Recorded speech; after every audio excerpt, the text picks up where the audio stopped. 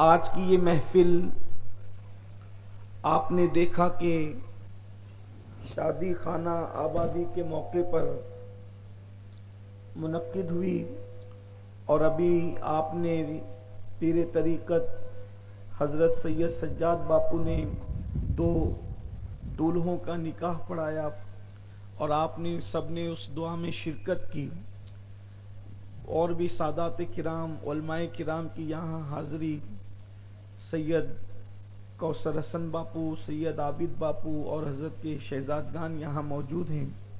اللہ تعالیٰ سب کی حاضری کو قبول فرمائے، اور اللہ پاک یہ جو جوڑے ہیں دولہا دلہن، ان سب کو دونوں جہان کی خوشیاں، نعمتیں اور برکتیں عطا فرمائے۔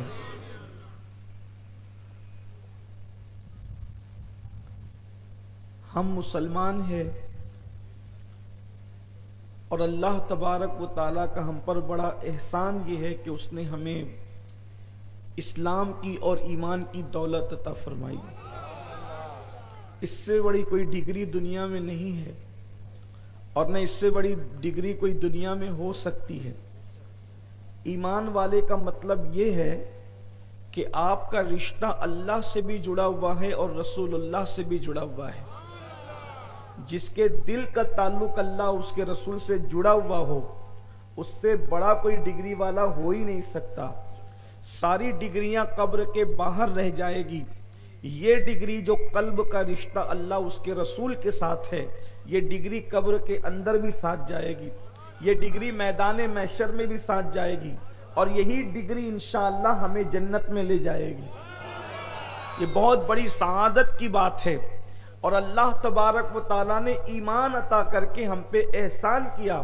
اللہ نہ کرے کہ اگر وہ ایمان نہ دیتا اور وہ کسی اور جگہ پر پیدا کرتا تو ہم اس کا کر کیا لیتے؟ ہم اس پہ کون سا اعتراض کر لیتے معاذ اللہ؟ اور کس کو حق تھا؟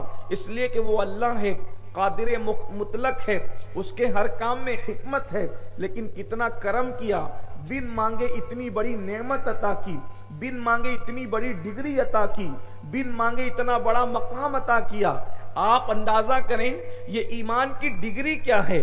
جب ایمان والوں کی فہرست بنتی ہے تو ایمان والوں کی فہرست میں جہاں سب سے پہلا نام صدیق اکبر کا ہے، جہاں سب سے پہلا نام عمر ابن خطاب کا ہے، جہاں سب سے پہلا نام عثمان غنی کا ہے، جہاں سب سے پہلا نام مولا علی کا ہے، جہاں سب سے پہلا نام اصحاب رسول کا ہے، نیچے کہیں نہ کہیں تو آپ کا اور ہمارا نام بھی درج ہوگا کہ وہ ایمان والے تھے، ان کے صدقے میں ہم بھی ایمان والے ہیں، یعنی اسی فیملی کے رکن ہیں، اسی اللہ اکبر سرکل کا ایک حصہ ہے، اور اللہ اکبر اسی گروہ، اسی جماعت اور اسی مذہب کے ماننے والے ہیں۔ یہ کتنا بڑا احسان ہے، یہ کتنا بڑا اعزاز ہے، اللہ اکبر۔ اور پھر بات جناب رسالت مآب صلی اللہ علیہ وآلہ وسلم کی جب آتی ہے تو وہ اللہ کے رسول ہیں، مصطفیٰ جان رحمت اللہ کے رسول ہیں، اللہ کے محبوب ہیں۔ اللہ نے فرمایا محبوب اگر تم کو پیدا کرنا نہ ہوتا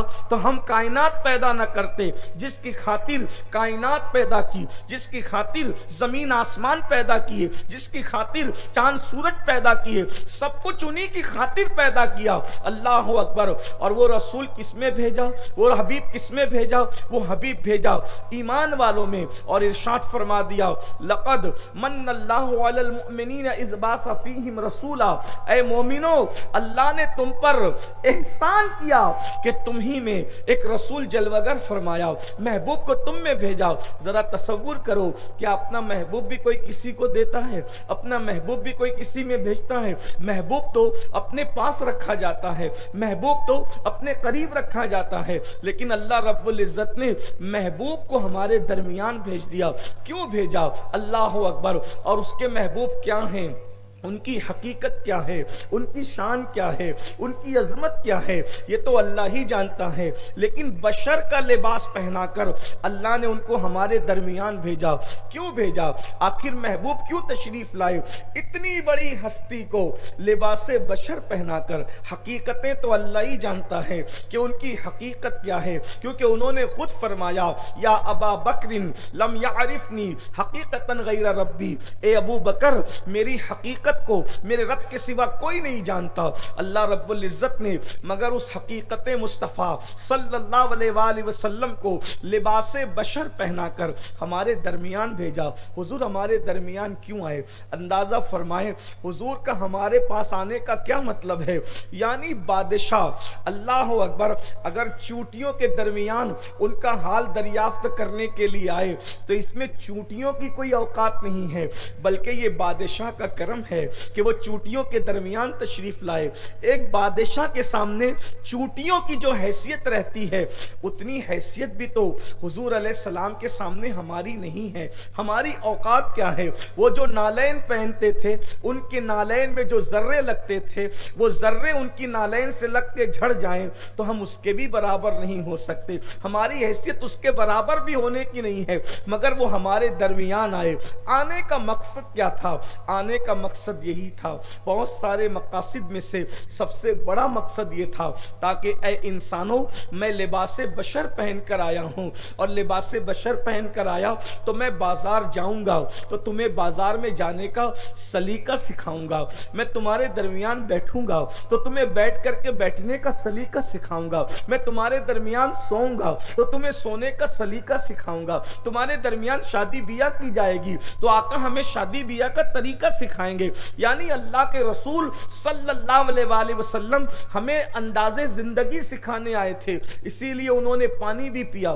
ورنہ اگر آپ دیکھیں حقیقت یہ ہے اگر حضور علیہ السلام ساری زندگی بھی پانی نہ پیتے تو حضور علیہ السلام کو کوئی فرق نہیں پڑتا. اگر ساری زندگی بھی کھانا نہیں کھاتے تو حضور علیہ السلام کو کوئی فرق نہیں پڑتا. حضور علیہ السلام ساری زندگی بھی نہ سوتے تو حضور علیہ السلام کو کوئی فرق نہیں پڑتا. لوگ سوچتے ہیں یہ لوگ تو ایسی باتیں کرتے ہیں، چلیں ایسی باتیں نہیں کرتے. آپ سے پوچھتا ہوں سرکار صابر پاک نے 12 سال تک کے کچھ نہیں کھایا، آپ مجھے بتائیں فرق کیا پڑا؟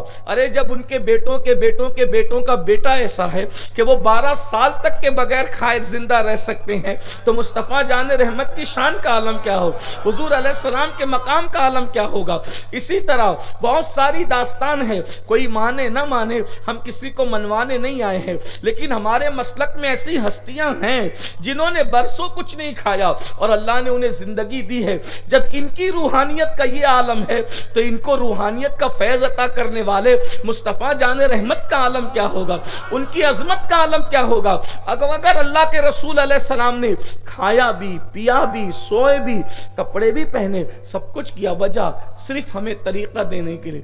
تو جب حضور علیہ السلام ہمیں طریقہ دینے کے لیے آئے تو پھر ہم لوگ کلمہ رسول کا پڑھتے ہیں، سب پڑھتے ہیں، سب کا کلمہ ایک ہے.